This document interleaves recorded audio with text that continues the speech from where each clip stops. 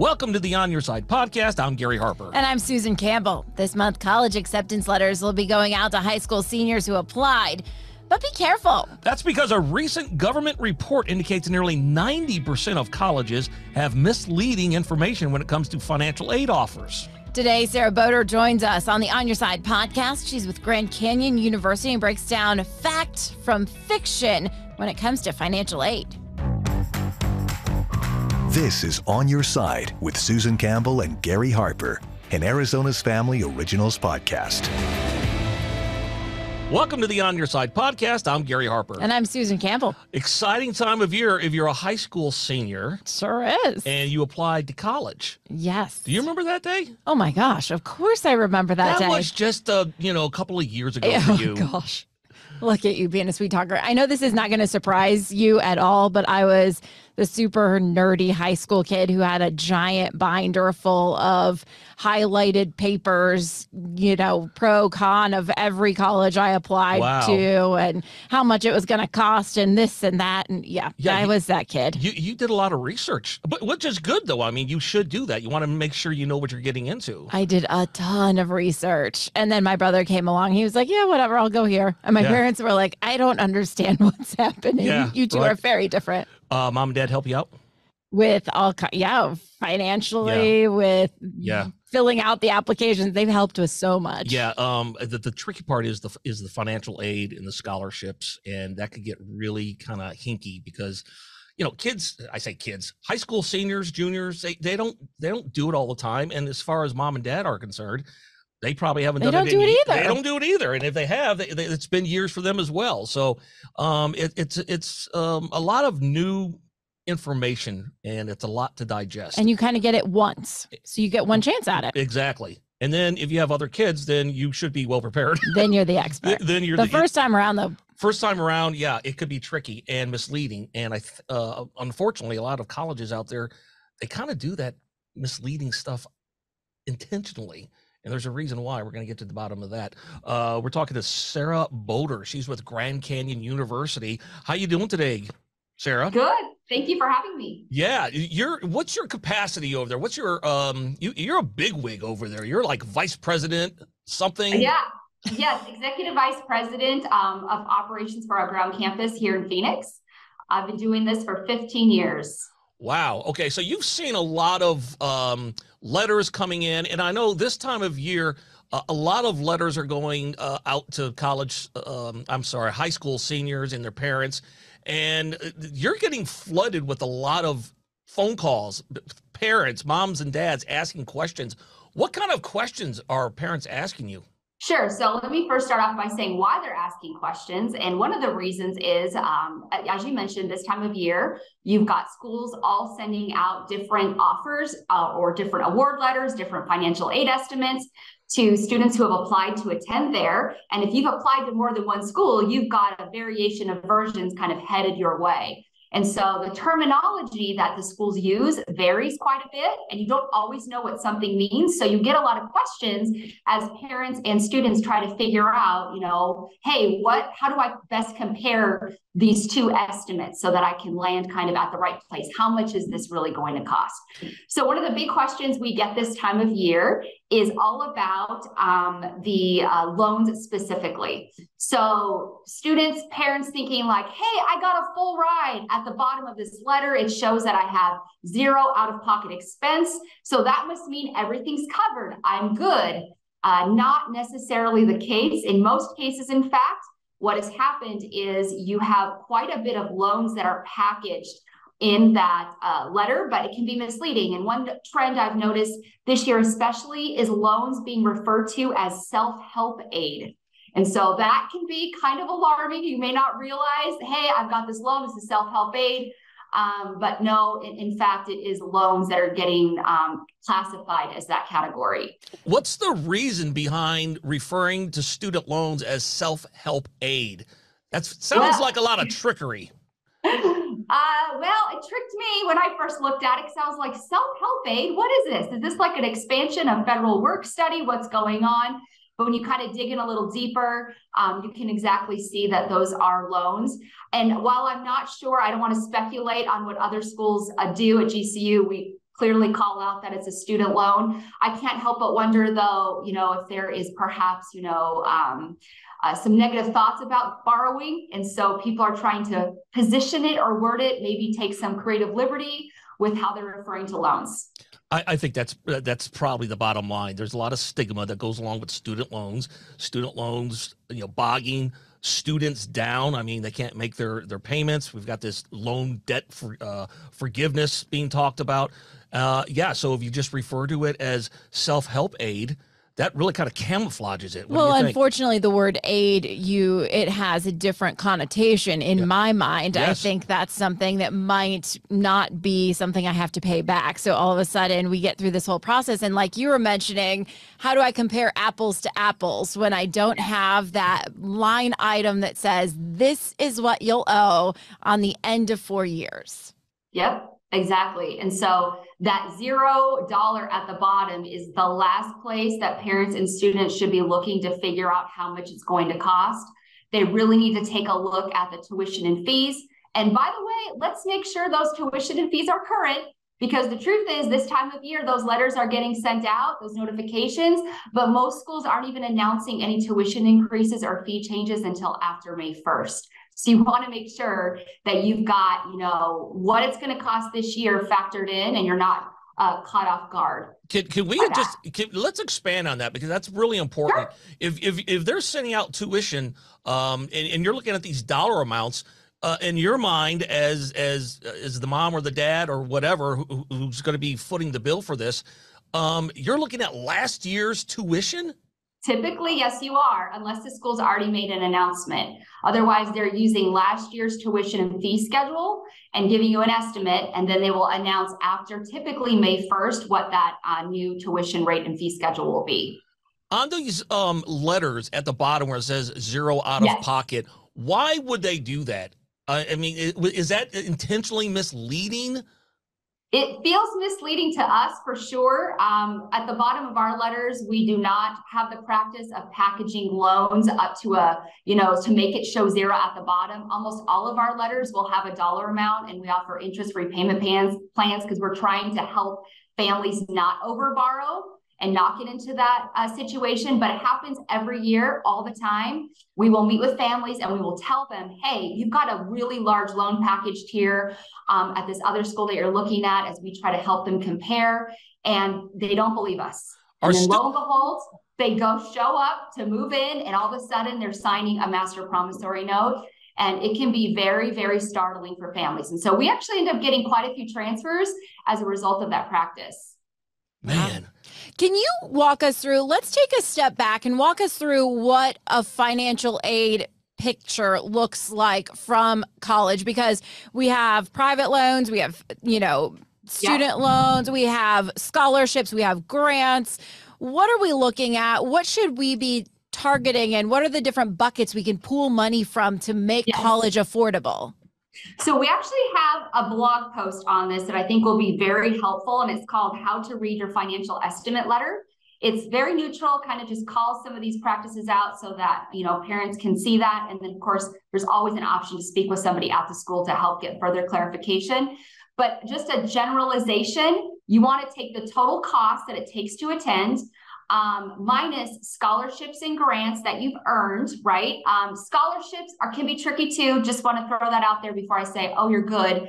Not all scholarships are renewable. In fact, most universities, we have found in our experience, give the most scholarships to freshmen and then do not renew them subsequently at the same amount. So they end up spending more long-term. So you want to be very mindful of that, what those renewability requirements are. Are there other requirements like living on campus? If so, you've got to figure that into the cost. But essentially, that total cost to attend minus the scholarships and grants equals something that we call the net price. And the net price is really that level playing field. It takes out all those loans. You can see what you're actually paying to attend that university. So it's like, it's simple accounting. You just gotta do the grand total, and you get to your net. You do, but you got it. Like the way sometimes they're ordered on the award letters is confusing. And again, people just go to that bottom and they see the 0 and they think they're set and they're not understanding the loan elements. How long are these letters typically? Are they coming, in the mail? A single page. Okay, so my whole financial picture for 4 years is kind of boiled down to a one pager. So usually they're pretty clear. It's only for the upcoming year. And that's where you kind of got to dig in and find out, okay, well, what's the history of the tuition increases at this institution? What about the room and board costs? What about the fee schedule? Those kinds of things and the scholarship renewability. You want to check into all of that so you can get a nice, clear 4-year picture for your family. And it is common for schools to raise tuition and fees every year. I mean, that happens. Inflation happens. We can't charge the same amount of money that we did last year for food at the dining hall. Well, GCU, just going to throw that out there. Since 2009, our tuition has been frozen. And so we are finding innovative ways to help get students funded and through our programs. And so while, yes, you're right, and we are expecting quite a few increases to be announced after that May 1st time period this year due to inflation. Tell me a little bit about scholarships, Sarah. How do you go about finding them? And I'll give you an example. Let's just say you're somewhat of a mediocre student. You barely got into the college that you want to go to, or maybe you're even on a probationary period and you want to go to school, but you're not that great. And, I know some kids would say, I'm not going to get a scholarship. That's only for the smart kids. I'm lucky I even got in. That's not necessarily true. Can you talk about that? Sure. There are a couple of pathways. There are some general scholarship funds out there. And depending also on the school that you apply to, sometimes they'll have a segment of donor funds available that you can apply for a variety of things that you may have done. I don't know, maybe your parents are a real estate agent or who knows what. It could be a number of things that you can go out and apply for. But what's really cool is there are some schools, and just going to reference GCU since I know them the best. At our school, if you come in and you are not scholarship eligible your freshman year, if you obtain a 3.3 GPA at the end of your freshman year, we will actually award you a scholarship thereafter that's locked in.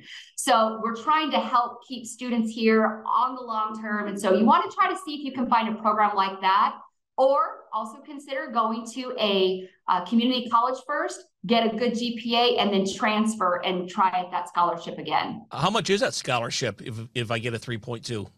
It's a $2,000 per academic year. Wow. Hey, very, very nice. It's definitely an incentive. We're noticing the students coming in this year are not as well academically prepared. And so it's definitely a good option for those who are coming in without a scholarship to take advantage of that program. We want them focused while they're here and doing well. Why aren't they as academically prepared? Is this a pandemic situation? It is.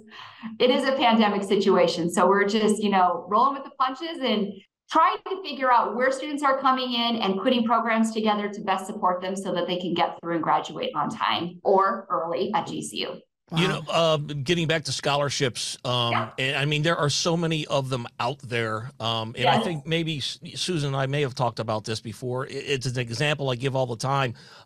There's like a dairy manufacturer, milk manufacturer, who gives out $2,500 in scholarships if you could just write an essay on why you love milk.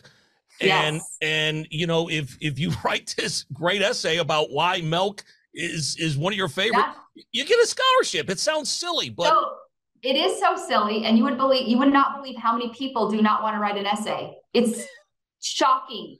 We do a workshop for schools all across the country called Scholarship Essay Writing, and everybody wants to attend, but the number of people who actually do it is very, very small. And so for whatever reason, people aren't motivated, which is shocking, right? Because when you go into college, let's be real, you're writing a lot of papers. Look, if you don't want to write an essay, then you don't deserve to be in college. Get out of that seat. Let somebody else get in there. Yes. So that's terrible. I remember all the writing. A little tough love over here from Gary Harper. Well, listen, you just don't sugarcoat it, right? I mean, no, absolutely. And if you think about how long it takes you to write said essay, if that is turning into a $2,500 scholarship, you just got paid more an hour than you will ever make in your career, right? Absolutely. Absolutely. But they don't think about it. And I don't know what these kids are thinking about these days, but get off my lawn. on. They are they are out there though, right? Those scholarships. You just got to know where to look for them. Yes, you do. And counselors at schools can definitely help you do that. Your guidance counselor at high school, or even your counselor that you're working with at the universities you're applying to, we're all fully equipped and able to help you with that. What happens if you go into this, you have done all the research, you know you're expecting an increase, and you are completely prepared for that bottom line, but then something happens mid-year, mom, dad loses a job, and the family's entire financial picture changes. What do you do when you're in the middle of your education? So you would work very closely with your university on what's going on. And sometimes they have access to other fund sources that could help in a crisis type situation. So I would encourage families in that situation, reach out, work hard, and make sure that you're getting additional assistance if it's available at that institution.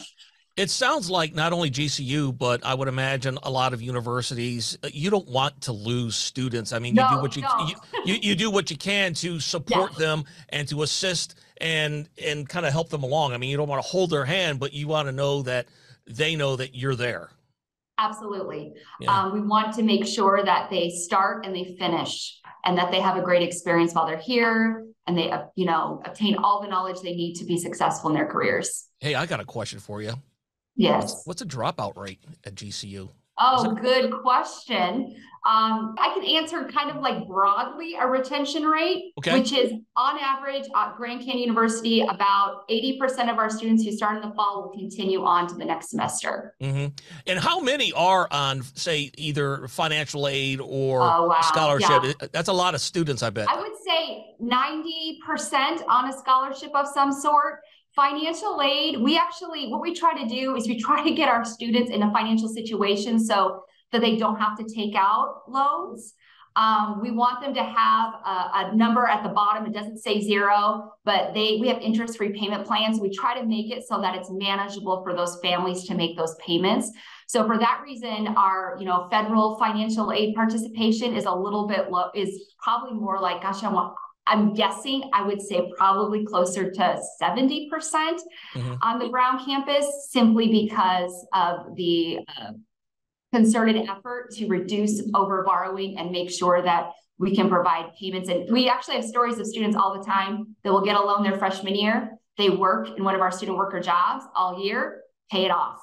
And so that they do not have that long-term borrowing. That's sort of the mindset we try to get them in. We have thousands of student worker jobs, and whatever we can do, first of all, keeps them engaged and busy.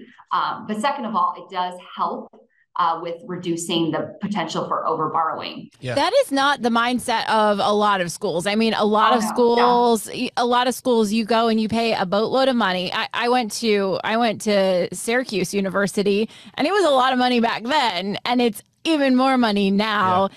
I could only do it because a lot of scholarships, a lot of grants. The school was very well endowed, so they were very generous with the grant money that they were able to give out. But I didn't see any sort of feeling of, slowing down the tuition increases or anything. Yeah. And it's not my school specific. That's most schools, pretty common. Right? Yeah, I think that's pretty common. Well, did you take self-aid help? I had a lot of scholarships, a lot of grants. Again, the nerdy kid, I did go through and write all of the essays, and I would chip away $200 here, $400 there. And so my first semester, I paid for it with scholarships that I had earned that were, the little ones here and there that I piecemealed together. And my grandparents, I love this. They had given each grandkid $10 a month allowance. And so that was always put into a bank account. Nice. So from 0 to 18, $10 a month. Oh man, adds up. Added up so quickly. Yeah. And I was able to cover basically my first full year of college between the scholarships and grandma and grandpa's money that we saved all those years. Good old grandma and grandpa. It was awesome. It was awesome. I mean, my grandpa never made it through high school. So for him, education was a giant deal. Right. And he wanted to make sure all of us grandkids did go. Right. That's a great story. Hey, Sarah, I know you are busy because this is a active time of year for you. So we're going to let you go. But if people want to find out more about GCU or scholarships or anything, any websites or social media platforms you want to throw out? Yes, I would love them to go to www.gcu.edu/myoffer. This is a place where even if you've already decided where you're going to school, if you want to just see what another offer might look like out there in terms of a financial aid estimate and all the things that we've talked about today, it's a great place to go. All right, sounds good. Thank you so much, Sarah, and we'll see you down the road sometime, okay? All right, thank you so much. Bye-bye. Take care. The On Your Side podcast is produced by Brad Denny. Our audio engineer and editor is Todd Martin. Segment producer is Colin Stanton. And I'm Gary Harper. And I'm Susan Campbell. If you have a problem you can't resolve, maybe we can. Send us a message through azfamily.com or our AZ Family mobile app. Look for the On Your Side section and leave us a message. Thanks so much for listening to the On Your Side podcast. And if you like it, leave us a review. We'll see you next week. On Your Side is on Good Morning Arizona every weekday morning at 6:45 and 7 o'clock, and every weekday evening on Good Evening Arizona at 4 and 5 o'clock. You can also catch it on Arizona's Family News at 9 on 3TV every weeknight.